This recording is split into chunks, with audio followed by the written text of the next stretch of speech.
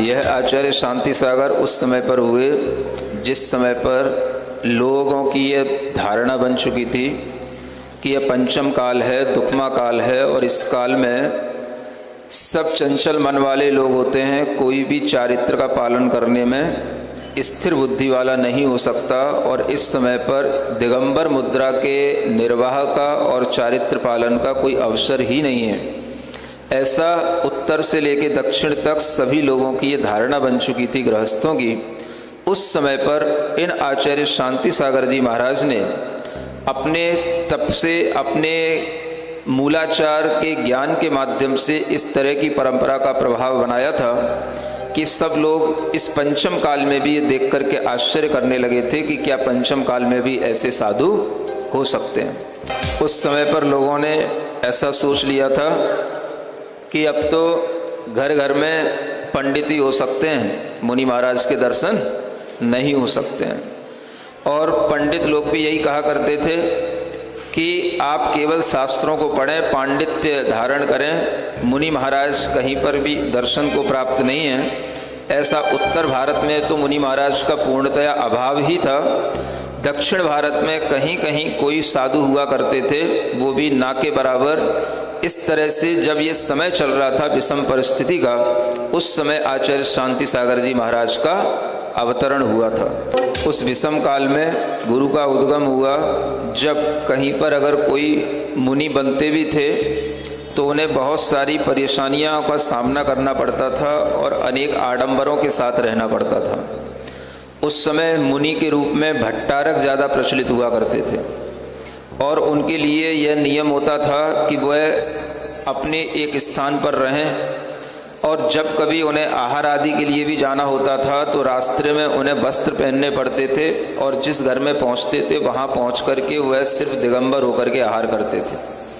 ऐसे अनेक तरह की विषम परिस्थितियों में जब यह समय चल रहा था, उस समय पर आचार्य शांति सागर जी का अवतार हुआ। इसी भारत देश में यह जो उत्तर प्रांत है, उत्तर भारत जो कहलाता है, जिसमें आप बैठे हैं, यहाँ पर अनेक ऐसे गृहस्थ पंडित हुए, अनेक ऐसे विद्वान हुए जिन्होंने यह घोषित कर दिया था कि जब वो भजन बने हुए थे, मैं कब साधु के दर्शन करूँ, मैं कब जो है साधु का अपनी आँखों से दर्शन कर पाऊँ।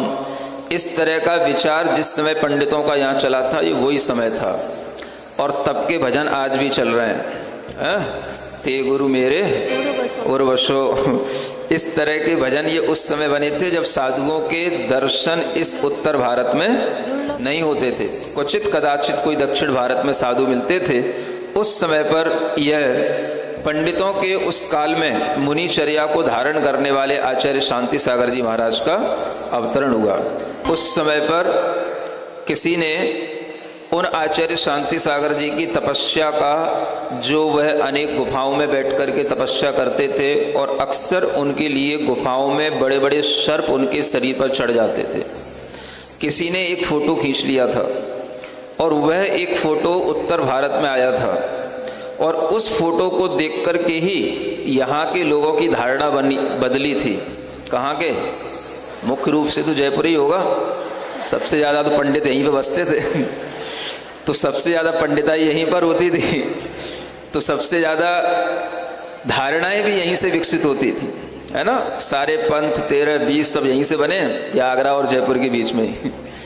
तो उस समय पर जब एक विशेष चित्र उनका देखा गया कि वह बिल्कुल ध्यान में मग्न है, और आपने भी शायद वो कभी चित्र कहीं देखा हो, घरों घरों में आजकल मंदिरों में भी लगा रहता है, बहुत पुराना चित्र है वो, और नागराज उनके गले में लिपटा हुआ है। ऐसा चित्र देख करके तब लोगों के मन के अंदर आया कि आज भी कहीं पर दिगंबर साधु विद्यमान हैं और तपस्या में रत हैं। ऐसे आचार्य प्रवर का उदय मानो हम सब जीवों के कल्याण के लिए ही हुआ हो, जिनके कारण से वह मुनि परंपरा का प्रभाव आगे बना।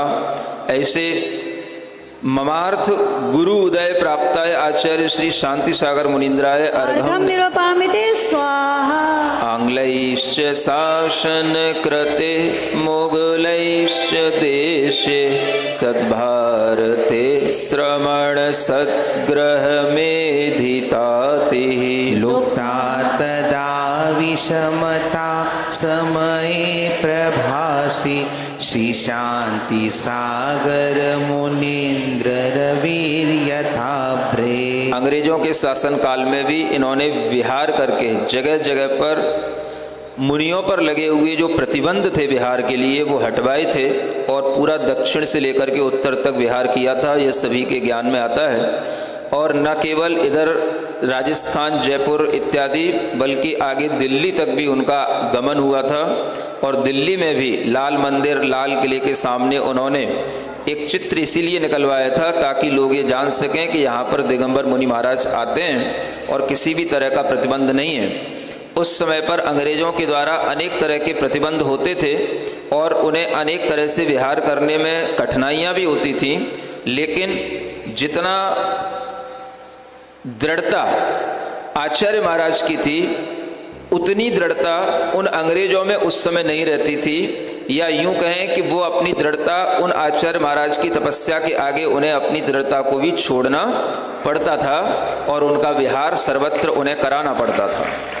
ऐसा उन्होंने जबरदस्ती करके भी कई जगह पर विहार के प्रतिबंधों को तोड़ करके भी उन्होंने अपना गमन किया था और पूरे देश के अंदर ये भाव दिया था कि मुनि, दिगंबर मुनि का प्रवाह विहार कहीं पर भी रोका नहीं जा सकता। आचार्य शांति सागर जी महाराज न केवल नाम से शांति सागर थे बल्कि अंतरंग के भावों से शांति सागर थे, है ना।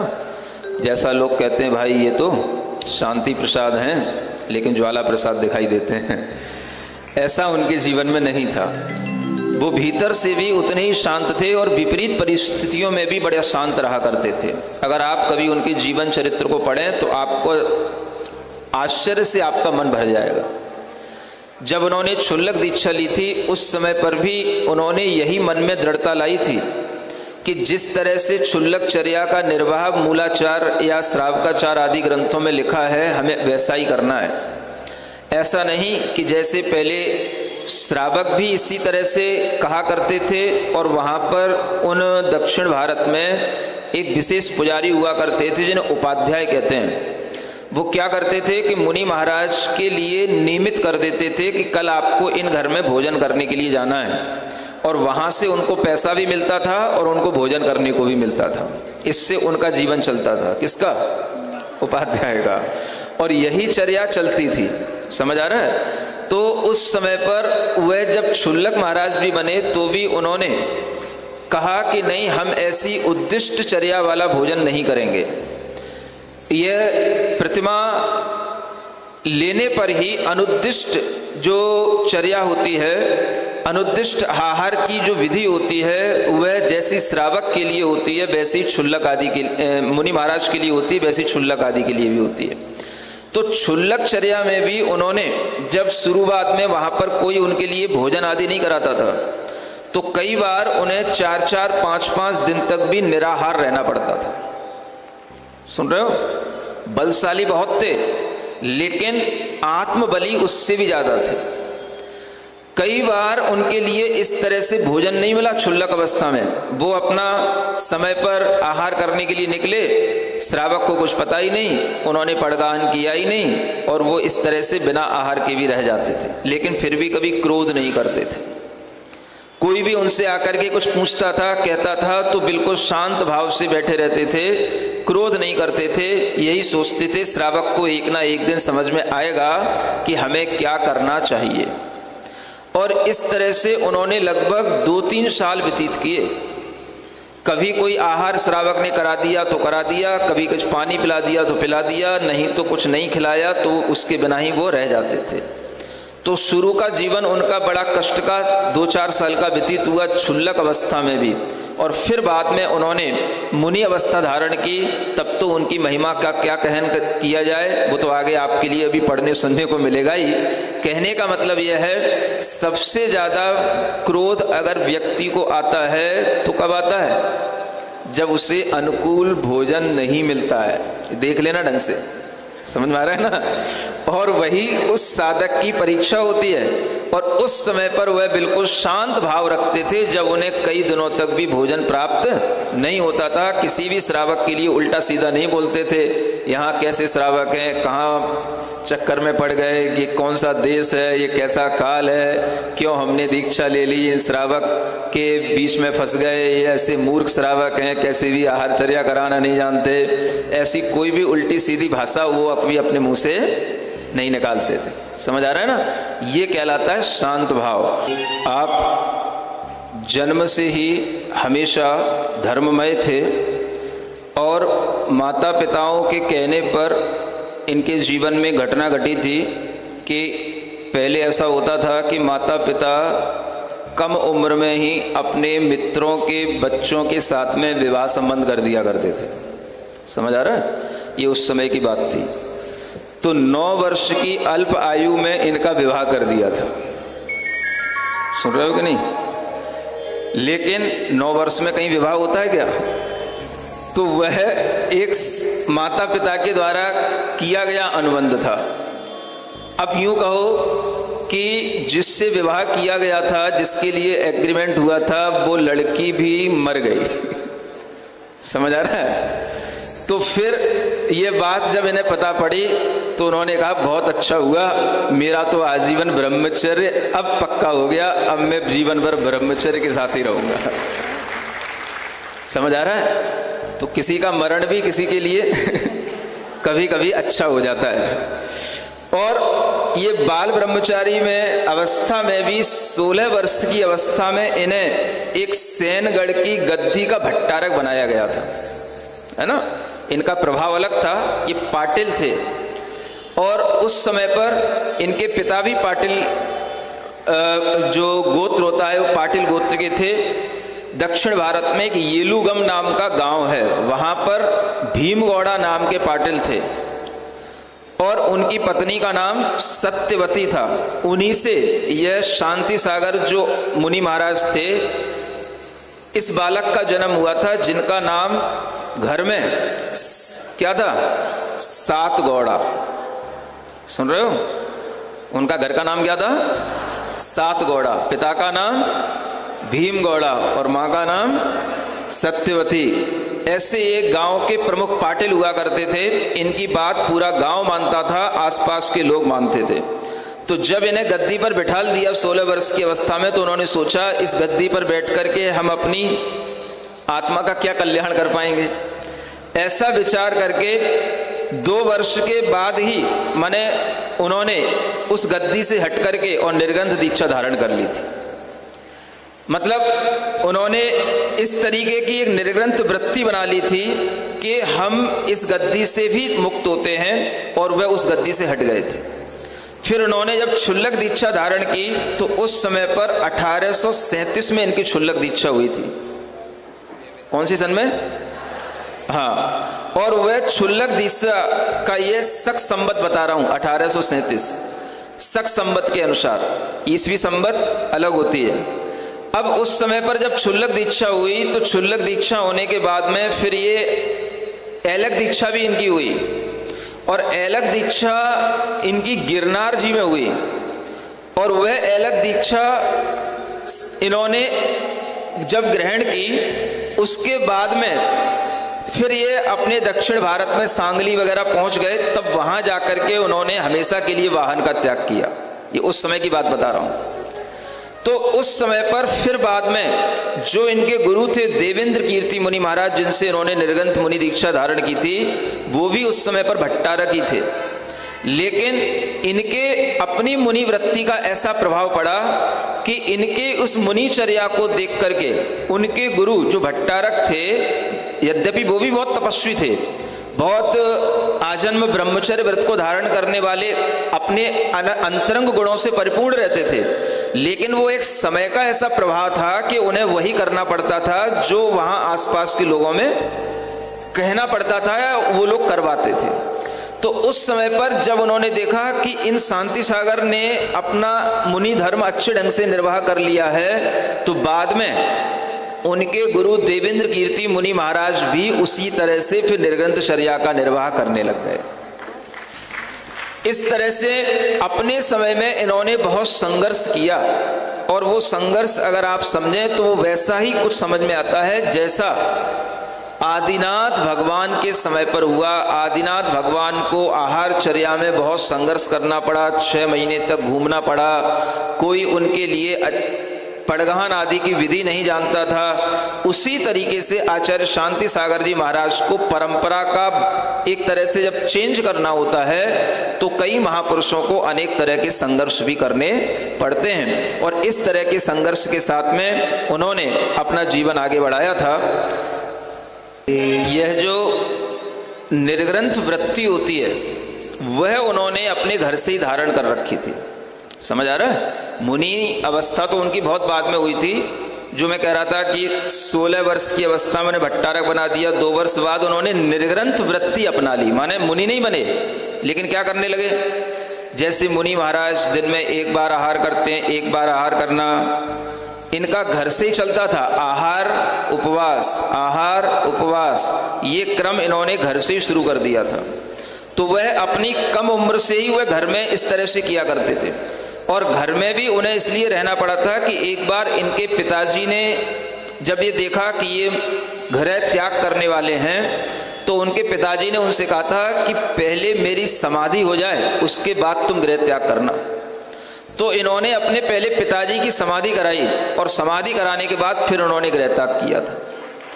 ऐसे इन्होंने घर में रह करके पूरा धर्म ध्यान करते हुए, ज्ञान रखते हुए, तप का पालन करते हुए घर में ही मतलब निर्ग्रंथ वृत्ति बना रखी थी, और घर में ही सब कुछ इन्होंने सीख रखा था। इसलिए बचपन से ही ये बिल्कुल उसी त्याग तपस्या के स्वभाव वाले, और बाद में फिर इन्होंने जब दीक्षा ली तो फिर उसके बाद में तो इनकी तपस्या का प्रभाव दिग दिगंत तक फैलने लगा था। जब यह 7 गौड़ा, कौन? शांति सागर जी। समझ रहे हैं? पहली बार जब सम्यक शिखर की वंदना करने के लिए गए थे तो उस समय पर इनके मन में सम्यक शिखर की वंदना से इतनी भाव विशुद्धि बढ़ी कि उन्होंने उस समय पर घी और तेल का आजन्म त्याग कर दिया था। और यह वंदना उन्होंने लगभग अपने जीवन में 32 साल की उम्र में की थी। समझ में आ रहा है? कितनी? हाँ, थोड़ा सा ऐसे आचार्यों को देखते हुए कहीं ना कहीं अपन भी सोचते हैं कि अपन इनके पैरों की धूल भी नहीं है है ना, रच कड़ के बराबर भी नहीं है। तो ऐसा विचार करते हुए कभी कभी हम जैसे भी क्षुद्र लोग तुलना करने बैठ जाते हैं कि कोई ना कोई एक आध गुण तो हमें मिल ही जाए आचार्य का, ऐसे तपस्वियों का कोई कुछ कुंडली ऐसी मिलान हो ही जाए कहीं ना कहीं। समझ आ रहा है? तो ऐसा मिलान करते करते मेरे मन में आया कि मेरे जीवन में भी 32 वर्ष की उम्र में ही लगभग पहली बार सम्यक शिखर की यात्रा का मुझे सौभाग्य मिला था। समझ आ रहा है? ये जबरदस्ती कुंडी मिलाने वाली बात है बाकी तो और कुछ मिला ही नहीं सकते हम। तो ना तो इन जैसी तपस्या कर सकते हैं, ना इन जैसा कोई भी हम उत्कृष्ट ध्यान कर सकते हैं, ना चारित्र पालन कर सकते हैं, इनकी तो बात ही अलग है। लेकिन एक मन में इस तरह का एक विचार आया था जब इनके जीवन को पढ़ रहा था कि पहली बार जब आचार्य यह अपनी गृहस्थ अवस्था में गए थे तो उस समय पर घी तेल का त्याग कर दिया था, और फिर उसके बाद ही उन्होंने घर पर आकर के ये मन में व्रत कर लिया था कि हम एक बार ही भोजन करेंगे। ये उन्होंने व्रत कर लिया था। सुन रहे हो? तो जब हमने आचार्य महाराज का पहली बार दर्शन किया था, सम्यक शिखर तो बहुत बाद में हुआ, हमारे सम्यक शिखर तो आचार्य गुरुदेव ही थे आचार्य श्री विद्यासागर जी महाराज का दर्शन करके ही हमको लग गया था कि सम्यक शिखर की वंदना हमने कर ली। तो जब हमने पहली बार उन आचार्य महाराज का दर्शन किया और उन्होंने वापस घर पर भेजा कि अभी कुछ दिन घर पर रहो, तो अपने मन में उनके दर्शन की विशुद्धि से ऐसा भाव आ गया था कि अब हम हमेशा एकासन ही करेंगे। किसी ने कहा नहीं था, ऐसा भाव आ जाता है। तो अपन कुछ ऐसा देख रहे थे कि अपन इनके चरणों की धूल भी है कि नहीं। तो कभी कभी विशुद्धि से किसी को सम्यक शिखर की यात्रा से, किसी को दुर्लभ यात्राएं जो भी होती, हमारे लिए आचार्य गुरुदेव ही दुर्लभ थे। समझ आ रहा है? उनको दर्शन करने से जो विशुद्धि बढ़ी, तो उसके बाद इस तरह का ब्रह्मचारी अवस्था से ही विचार हो गया था, और फिर उसके बाद एकासन करने का जो मन बना था वो चलता रहा, और बाद में फिर वो दीक्षा में परिणत हो गया, तो फिर तो चलता ही गया।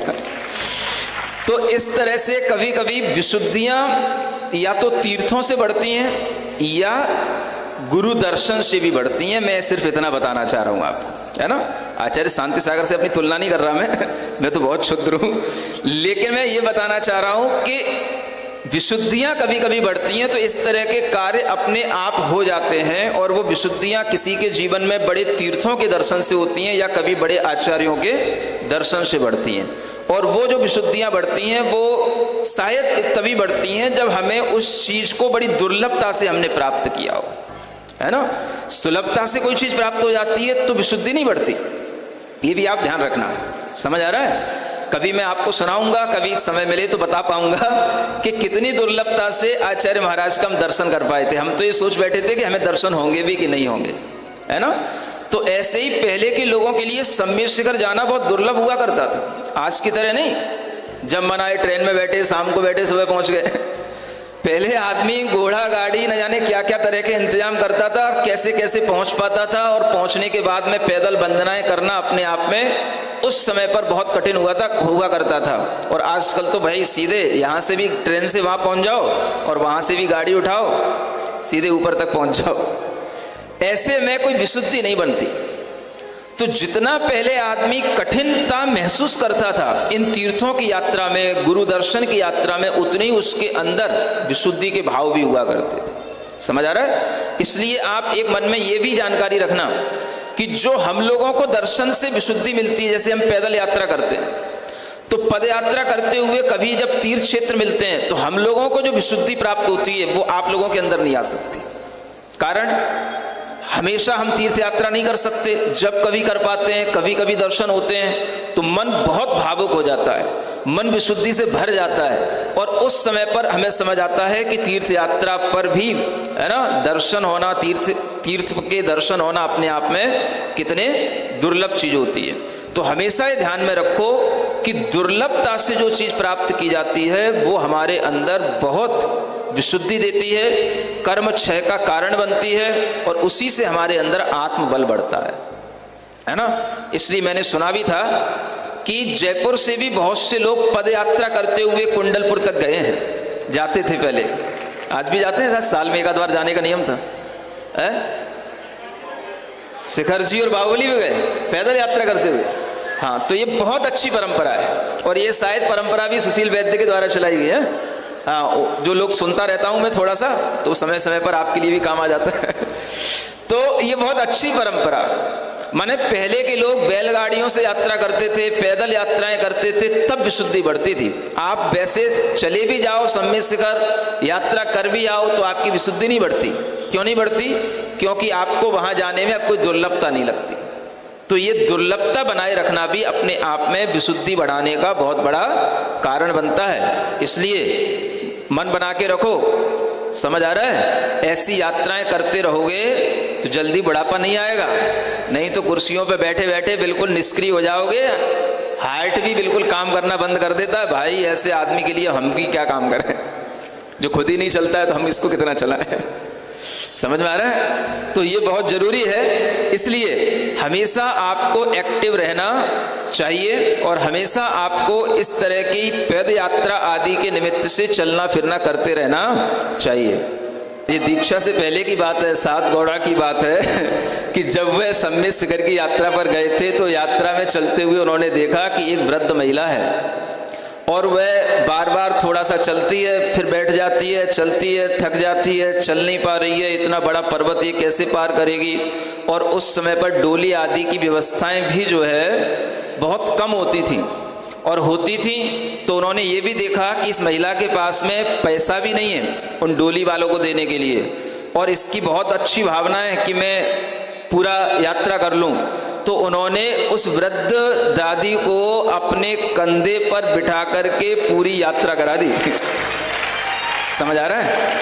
आदमी को खुद चलना मुश्किल होता है, उनका शरीर का बल इतना था कि वह इस तरह से एक बार वृद्ध पुरुष को भी उन्होंने, जो राजगृही की पंच पहाड़ियां है ना, हाँ, यहाँ पर भी ये पहाड़ियों की यात्रा करना ही बहुत दुर्लभ होता है। वो बहुत लंबी लंबी पहाड़ियाँ हैं। कभी आप गए हो राजगिरी पर, 4थे नंबर की पहाड़ी, 5वें नंबर की पहाड़ी, पहुँचते नहीं लोग वहाँ तक। तो एक बार उन्होंने वहाँ पर भी अपने कंधे पर एक पुरुष को बैठ करके वहाँ पर यात्रा करा दी थी, और यहाँ पर सम्मित शिखर में महिला को अपने कंधे पर बैठा के यात्रा करा दी। इतने बलशाली थे। एक बार इनके पास में एक ब्रह्मचारी थे जिनदास नाम के, है ना, तो उनके माथे पर एक सफ़ेद सा कोढ़ निकल आया था, और उसके कारण से उन्हें पीड़ा भी होने लगी थी।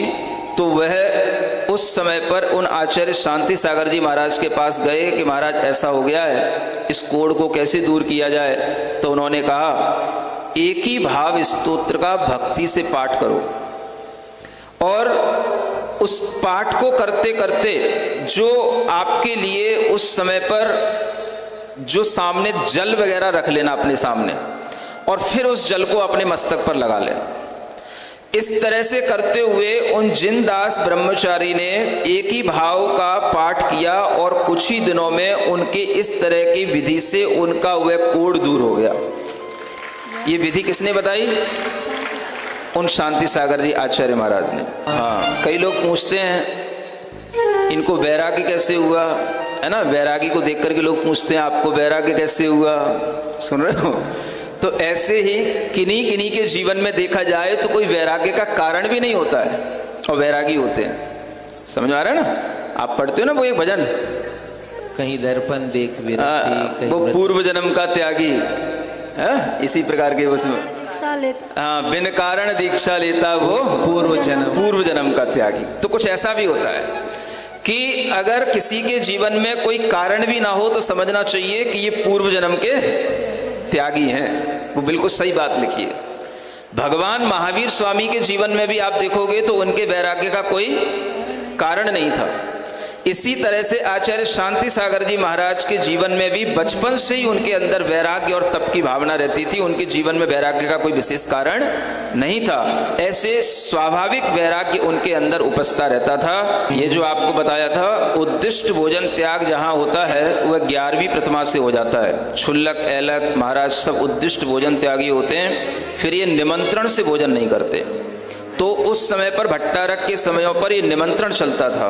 आज हमारे यहाँ निमंत्रण है, आज आपके यहाँ निमंत्रण है। जैसे ब्रह्मचारी लोग निमंत्रण से चले जाते हैं, वही विधि मुनि महाराज की और सभी साधुओं की चलती थी।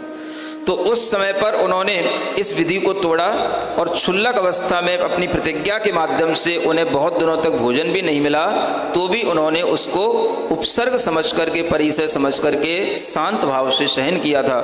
जब वहाँ पंच कल्याणक था तो पंच कल्याणक में भी तप कल्याणक के दिन, है ना, इधर भगवान के वैराग्य के लिए लौकांतिक देवों का आगमन हुआ, और उधर उन्होंने अपने देवेंद्र कीर्ति गुरु से निर्ग्रंथ दिगंबर दीक्षा को प्राप्त किया।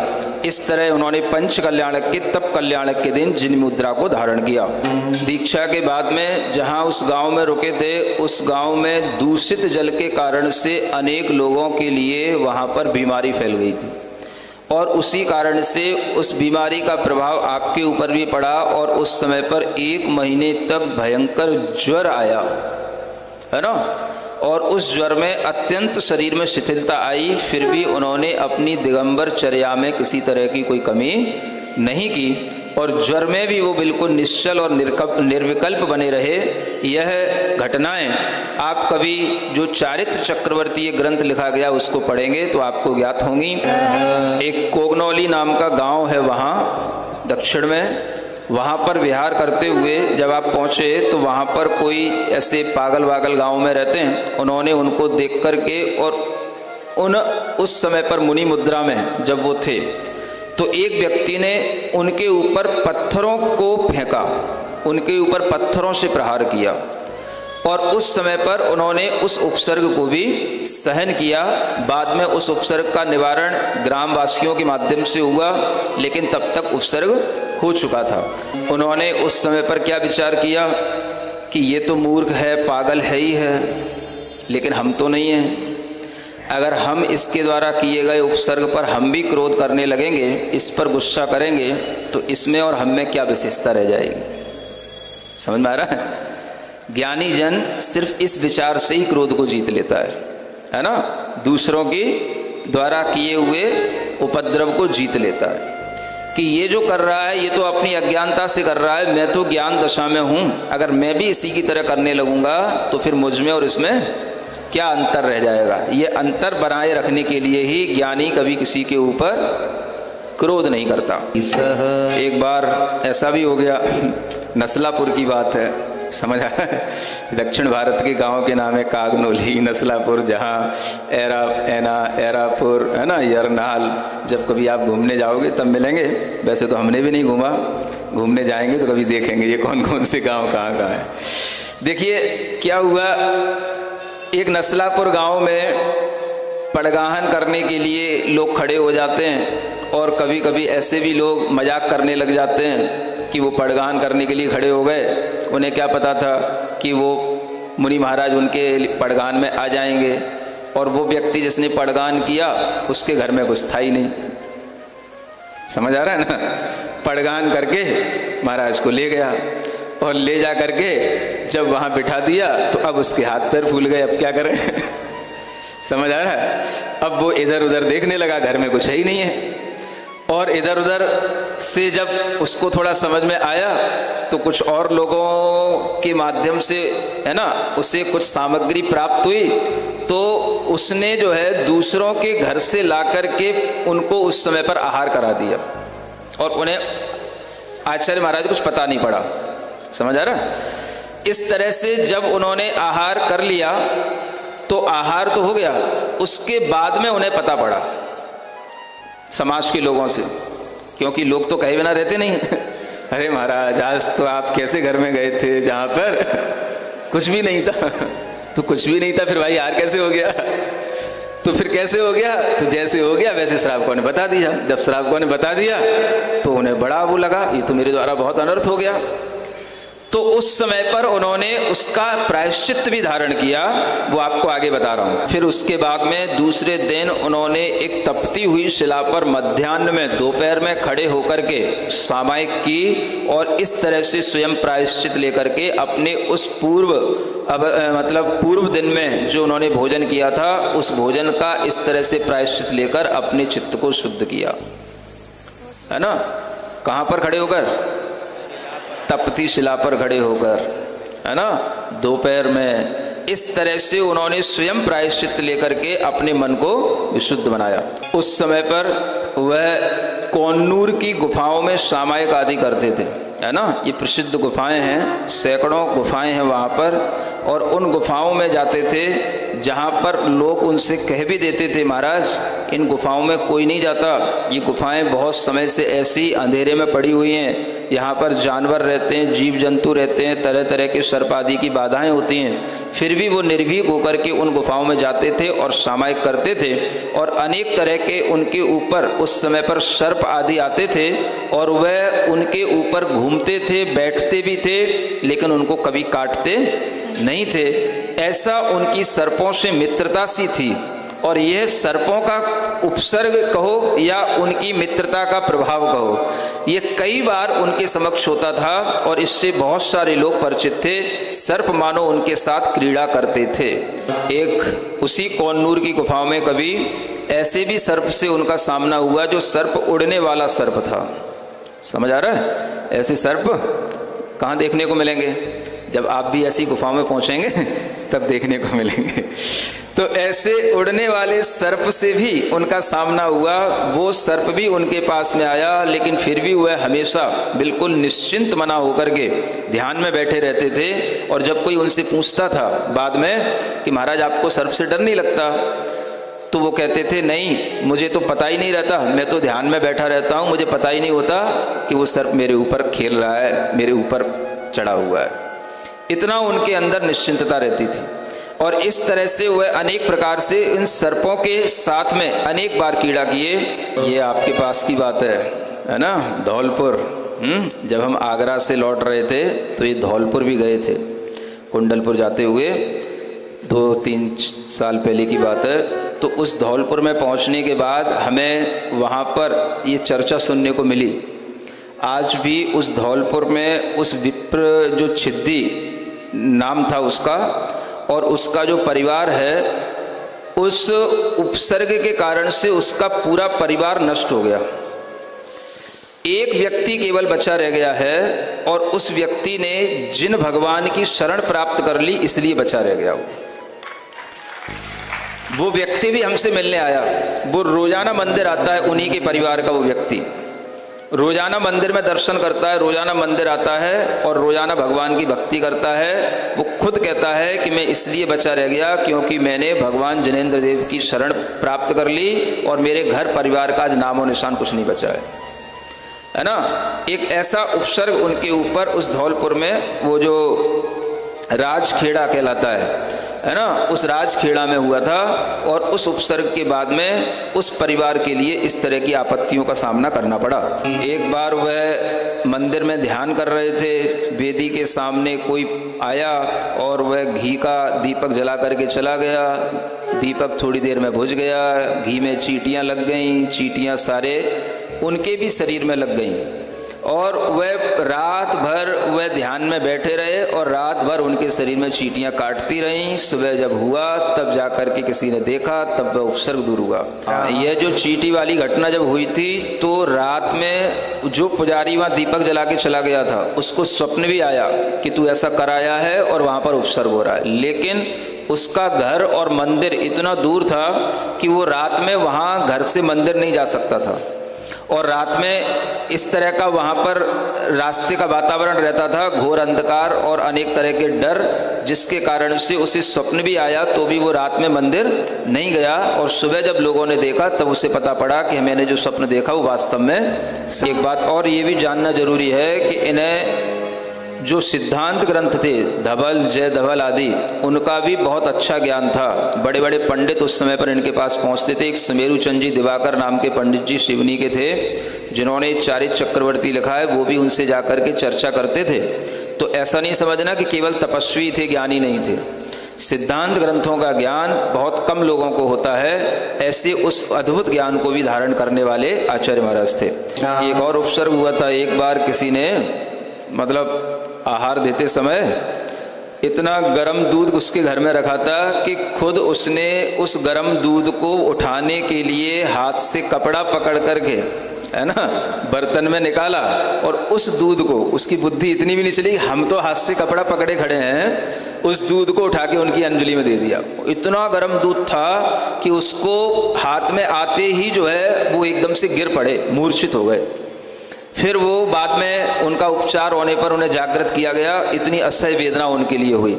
तो इस तरह के अनेक अनेक उपसर्ग भी उन्होंने सहन किए। द्रोणागिरी में उन्हें एक सिंह का भी सामना करना पड़ा, माने वह जहाँ पर बैठे थे रात्रि में वहाँ पर सिंह उनके पास आया और वह कुछ भी नहीं किया और शांत भाव से वहाँ से चला गया। इस तरह से हिंसक पशु भी उनके सामने आकर के बिल्कुल शांत रहा करते थे, इतने शांति वाले हुए आचार्य शांति सागर थे। मिथ्यात्व का त्याग कराने की बहुत बड़ी इनके अंदर एक क्षमता थी और वही का उपदेश दिया करते थे कि जीवो पहले मिथ्यात्व का त्याग करो। इस तरह से उन्होंने अपने समय पर बहुत सारे लोगों को मिथ्यात्व का त्याग कराया। ये एक बहुत बड़े तप होते हैं, शार्दूल निष्क्रीडित तप होते हैं, सुन रहे हो? ये ऐसे चलते हैं, एक दिन आहार, एक दिन उपवास, फिर 2 उपवास, फिर 1 आहार, 3 उपवास, 1 आहार, ऐसे करके 8 दिन तक 15 दिन तक चले जाते हैं, फिर वहाँ से नीचे उतरते हैं, है ना। फिर 15 दिन के उपवास के बाद फिर 1 आहार, फिर 14 दिन के उपवास के बाद फिर 1 आहार, ऐसे करके बड़े बड़े तप होते हैं जो आचार्य शांति सागर जी महाराज ने ऐसे शार्दूल निष्क्रीडित व्रत किए, है ना। आज भी अपने संघ में, आचार्य महाराज के संघ में एक ऐसे मुनि महाराज हैं जो इस तरह के तप कर चुके हैं, शायद 2 बार कर चुके हैं, 3 बार कर चुके हैं, है ना। वो उनका नाम है मुनि श्री चंद्रप्रभ सागर महाराज, है ना। वो अभी आचार्य श्री समय सागर जी महाराज के ही सानिध्य में खजुराहो में ही हैं, तो उनका चलता ही रहता है। अरे तुम्हारे यहाँ चतुर्मास कर चुके भाई? हमारे मीरा मार्ग में, है ना, गायत्री नगर में। हाँ, यहाँ पर भी वो 1 आहार 1 उपवास, 1 आहार 1 उपवास करते रहते थे। तो ऐसे ये दक्षिण के साधुओं में आज भी, है ना, तप की यह शक्ति मिलती है। शायद उत्तर के साधुओं में हमें लगता है कम मिलती है, होती होगी, मना नहीं कर रहा। तो इस तरह का तप आज भी करते हैं। और भी किसी संघ में अन्य भी साधुओं का नाम सुनने में आता है, मुझे थोड़ा सा नाम याद नहीं आ रहा, प्रसन्न सागर जी ने, है ना। हाँ, अन्य भी हैं, मैं उनकी भी प्रशंसा करता हूँ, जो भी हैं। तो ये कहने का मतलब आज भी क्वचित कदाचित हमें इस तरह के तपस्वी साधुओं के दर्शन मिल जाते हैं। ये हमारे लिए सौभाग्य की बात है ना। हम नहीं कर पाते तो उनकी प्रशंसा तो कर ही सकते हैं। एक बहुत बड़ा उस समय पर एक आंदोलन सा चल गया था, हरिजन प्रवेश के निषेध का कानून लाने में इनको बहुत कानून से लड़ना पड़ा था, है ना। और इन्होंने ये कानून बदलवाया कि जिन मंदिर की पवित्रता खंडित नहीं होनी चाहिए। ये ऐसे कोई स्थान नहीं है कि यहाँ कोई भी आकर के कुछ भी, है ना, अशुद्ध अवस्था में कुछ भी आकर के चप्पल जूते पहन करके खड़ा हो जाए। ये कोई तीर्थ स्थान इस तरह के नहीं है। हमारे जिन मंदिर हमारी पवित्रता के अनुसार चलते हैं, आपके नियमों के अनुसार नहीं चलेंगे। तो संविधान को चैलेंज किया था और इन्होंने उस समय पर अपनी प्रतिज्ञा के प्रताप से, है ना, जिन मंदिरों की रक्षा करने के लिए अन्न का भी त्याग कर दिया था। सुना हो बाली मुनि महाराज का नाम, बली मुनि महाराज का नाम, जिन्होंने अष्टापद के वो है कैलाश पर्वत के उन जनालियों की रक्षा करने के लिए रावण को उसके अहंकार का नाश किया था, उसको दबाया था। उसी तरह से भगवान जिनेंद्र देव की उनके जिन बिंबों की रक्षा करने के लिए आचार्य शांति सागर जी महाराज के अंदर अनुराग रहता था। इनकी जो है आँखों की दृष्टि कुछ क्षीण होने लगी थी और आँखों में कुछ विशेष रोग हो गया था, जो कुछ ये बिंदु रोग होता है, कुछ मोतिया बिंदु, इस तरह का रोग हो गया था, जिस रोग में अगर विहार किया जाता है तो वो रोग और बढ़ता है चलने से, ऐसा। तो उस समय पर उन्होंने ऐसा विचार करके अपनी संलेखना का विचार किया था। उस समय पर संलेखना का विचार करते हुए जो पंडित सुमेरुचंद दिवाकर थे, जो उनके निकट रहते थे, तो उस समय पर उन्होंने पूछा उनसे, बताओ संलेखना के लिए कौन सी भूमि उत्तम होगी, कहाँ चलना चाहिए। तो उन्होंने कहा, महाराज श्रवणबेल गोला से बढ़िया क्या होगा, जहाँ पर भगवान बाहुबली की मनोहारी मूर्ति है। तो उन्होंने कहा कि नहीं, मुझे तो निर्वाण भूमि पर संलेखना प्राप्त करना है, तो मैं जो पास में निर्वाण भूमि होगी, सिद्ध भूमि होगी, वहाँ पर जाऊँगा। तो फिर वह सिद्ध भूमि पर गए थे, जो कुंथलगिरी सिद्ध भूमि थी, वहाँ पहुँचे थे। 36 दिन की इन्होंने समाधि धारण की थी और इसको वीर मरण कहते हैं। ऐसे वीर मरण साधक आचार्य श्री शांति सागर मुनीन्द्राय शास्त्रस्य दान करणेन तु केवली स्यात्मान्यं च कारण बलम च निमित्त भूतम स्वात्माभिचिंतन बलेन विधेर विनाश निंदा परेषु नहीं जातु गुरुपदेश। संलेखना हमारी बहुत अच्छे ढंग से हो, निर्विघ्न हो, इसके लिए उन्होंने अपने लिए उस संलेखना के उद्देश्य से 18 करोड़ पंच परमेष्ठी की उस मंत्र की जाप की थी, नमोकार मंत्र की जाप की थी, है ना। इतना उन्हें जाप में, ध्यान में उनका मन लगता था। यही भाद्र मास के शुक्ल पक्ष की द्वितीया का आज का ही वह दिन था जब वह समाधि में विलीन हो गए थे। बोलिए कुंथलगिरी सिद्ध क्षेत्र की आचार्य श्री शांति सागर जी महाराज की। ऐसे कौन से व्रत रहे जो उन्होंने ना किए हों, है ना, और ऐसे कौन से व्रत हैं जो हमने ना किए हों। सुन रहे हो, ऐसा है, इसीलिए तो कहना पड़ रहा है, उनके चरणों की अपन धूल भी नहीं है। यानी उन्होंने चारित्र शुद्धि के व्रत कर लिए, कर्म दहन के व्रत कर लिए, 20 तीर्थंकरों के व्रत होते हैं, हमें पता भी नहीं है कौन से होते हैं, वो भी कर लिए। अष्टानिक के व्रत कर लिए, श्रुत पंचमी के व्रत किए, सिद्ध भगवान के व्रत किए, सिंह निष्क्रीडित व्रत किए, 16 कारण भावनाओं के व्रत किए, 10 लक्षणों के व्रत किए, सारे व्रत उन्होंने कर लिए और हमने कुछ भी नहीं किया। बस उनका गुणगान कर पा रहा हूँ, यही हमारे लिए बहुत है। और समाधि से पूर्व उन्होंने अपनी पदवी का त्याग कर दिया था और उन्होंने उस समय पर एक वीर सागर महाराज थे, उनके लिए वह पद दे दिया था और वह पूर्ण रूप से आधि व्याधि और उपाधि से रहित जो समाधि होती है उसको उन्होंने धारण किया। आचार्य श्री शांति सागर जी के विषय में अंतिम एक बात और आपको कहना चाहता हूँ। उनके जीवन का जितना भी उनका समय था वह 35 वर्ष का उनका मुनि जीवन रहा। माने उन्होंने दीक्षा बहुत बाद में ली थी और वो सिर्फ 35 वर्ष ही मुनि रहे। बड़ी उम्र में उन्होंने दीक्षा धारण की थी, लेकिन उस 35 वर्ष के मुनि जीवन में 27 वर्ष 2 महीने 23 दिन उनके उपवास में व्यतीत हुए थे, है ना। माने उन्होंने अपने जीवन में 9,938 उपवास किए थे। ये उनकी विशेषताएं और आप ध्यान में रखें। ऐसे परम पूज्य आचार्य शांति सागर जी महाराज के चरणों में बार बार नमस्कार ही कर सकता हूँ, इसके अलावा मैं कुछ नहीं कर सकता। बोलिए आचार्य शांति सागर जी महाराज की जय। शांतिनाथ मुख शशि गुणहारी शील गुणाव्रत संयम धार लखन 108 विराजे निरखत नयन कमल दललाज पंचम चक्रवर्ती पदधारी 16 मति तंकर सुखकार इंद्र नरेंद्र पूज जिन नायक नमो शांति हित शांति विधान।